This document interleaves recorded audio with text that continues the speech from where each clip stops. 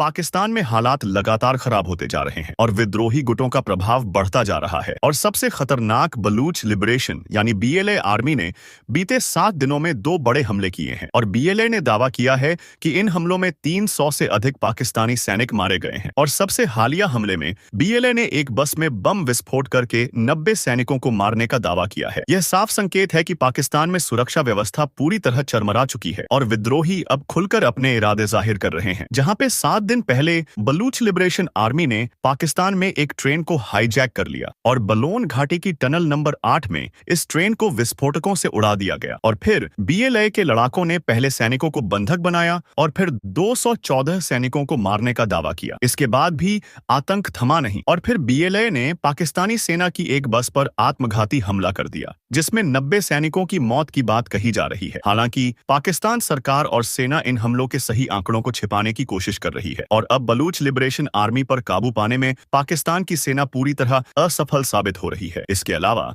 पंजाब में भी एक सनसनीखेज वारदात हुई जहां अज्ञात हमलावरों ने आतंकी हाफिज सईद के भतीजे की हत्या कर, जिसके बाद एक ही दिन में 2 बड़ी घटनाओं ने पाकिस्तान को हिलाकर रख दिया है। पाकिस्तानी हुकूमत और सेना इस स्थिति से निपटने में पूरी तरह नाकाम नजर आ रही हैं, जिससे पूरे देश में डर और दहशत का माहौल बना हुआ है। ऑर्नोश की बस ब्लास्ट ने पूरे पाकिस्तान में हाहाकार मचा दिया है और बीएलए ने जिस तरह ट्रेन हाईजैक करने के बाद सेना के काफिले पर हमला किया, उससे यह साफ हो गया है कि अब विद्रोही पूरे देश में तबाही मचाने की योजना बना रहे हैं। जब सेना के काफिले पर हमला हुआ तो 8 बसें उसमें शामिल थीं, जिनमें भारी संख्या में जवान सवार थे। जिसके बाद आईईडी से भरी एक कार ने बस को टक्कर मारी, जिससे जबरदस्त धमाका हुआ और बीएलए ने 90 सैनिकों के मारे जाने का दावा किया है, जबकि पाकिस्तान इसे सिर्फ 5 मौतों तक सीमित बताने की कोशिश कर रहा है। इस हमले के बाद पाकिस्तान को यह डर सताने लगा है कि विद्रोही अब क्वेटा,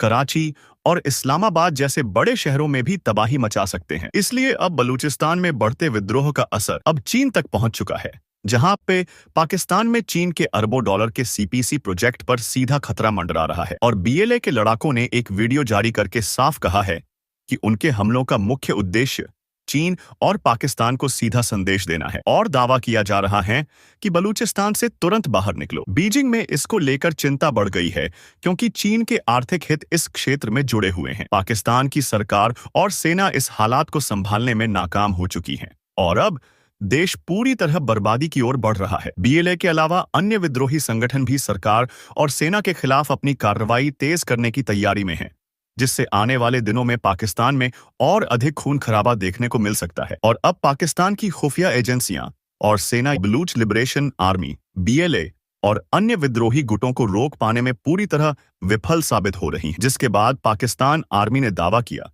कि उसने ऑपरेशन चलाकर विद्रोहियों को खत्म कर दिया, लेकिन इसके कोई ठोस सबूत नहीं दी। और अब उल्टा बीएलए लगातार बड़े हमले कर रहा है और हर बार पाकिस्तानी सेना को भारी नुकसान झेलना पड़ रहा है। जहां पे विशेषज्ञों का मानना है कि पाकिस्तानी आर्मी और आईएसआई की सबसे बड़ी कमजोरी यह है कि वे अपनी पूरी ताकत भारत के खिलाफ साजिशें रचने में लगा रहे हैं, जबकि उनके अपने ही देश में सेना को चुनौती दी जा रही है। बलूचिस्तान में पाकिस्तान के खिलाफ नफरत चरम पर है और वहां की जनता अब आजादी चाहती है। जहां पे सेना पर हो रहे ये लगातार हमले यह साबित कर रहे हैं कि पाकिस्तान आर्मी का बलूचिस्तान पर कंट्रोल खत्म होता जा रहा है। अब सवाल यह उठता है कि पाकिस्तान की यह दुर्गति क्यों हो रही है। इसके पीछे 3 मुख्य कारण हैं।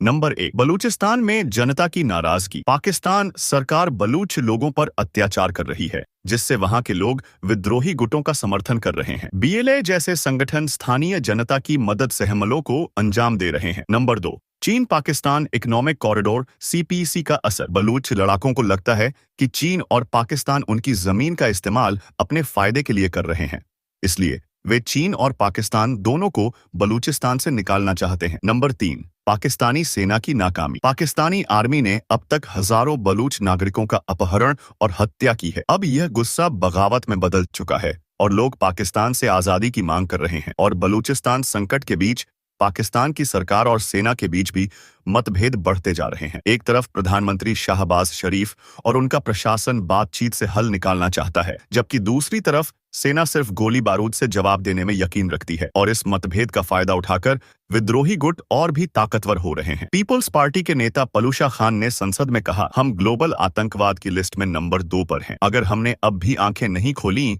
तो जल्द ही पाकिस्तान पूरी तरह विद्रोहियों के कब्जे में होगा। बलूचिस्तान ही नहीं, पाकिस्तान के खैबर पख्तूनख्वा, सिंध और पंजाब में भी हालात बिगड़ते जा रहे हैं, जहां पे तहरीक REC ए तालिबान पाकिस्तान TTP पहले ही सेना पर हमले कर रहा है और अब बलूचिस्तान में विद्रोह चरम पर है। अगर पाकिस्तान सरकार और सेना ने जल्द कोई ठोस कदम नहीं उठाया तो आने वाले समय में देश में गृहयुद्ध छिड़ सकता है और क्वेटा, कराची, लाहौर और इस्लामाबाद जैसे शहरों में भी हमले बढ़ सकते हैं। पाकिस्तान की अर्थव्यवस्था पहले ही बर्बादी की कगार पर है और अब देश के भीतर इस तरह के हमले उसे पूरी तरह बिखेर सकते हैं। जहां पे अमेरिका, भारत और यूरोपीय देश पहले ही पाकिस्तान को लेकर सतर्क हैं। भारत कई बार कह चुका है कि पाकिस्तान में आतंकवाद और विद्रोह उसकी अपनी गलत नीतियों का नतीजा है, अनुशा है। चीन भी अब पाकिस्तान की स्थिरता को लेकर चिंतित है क्योंकि उसका अरबों डॉलर का सीपीक प्रोजेक्ट खतरे में पड़ गया है और चीन ने पाकिस्तान को कड़ी चेतावनी दी है